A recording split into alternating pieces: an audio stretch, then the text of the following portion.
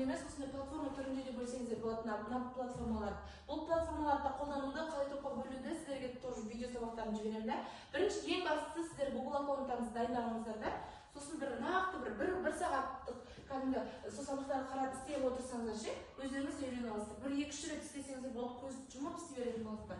Андай қиындық тудыратындай жылжып тұрады, бала сөйлеп тұрады, неше түрлі нәрселерді жасауға мүмкіндік бар. Мысалы, мына бөлмеден мына бір скачать етуге болады. Өздеріңіз жасайсыздар мынаның ішінен.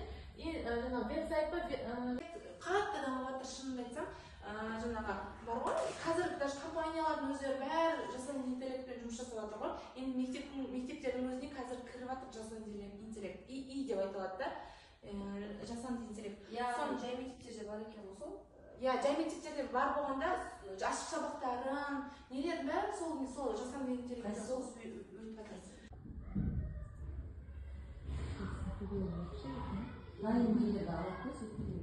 Осындай шаблондар өте көп оның ішінде.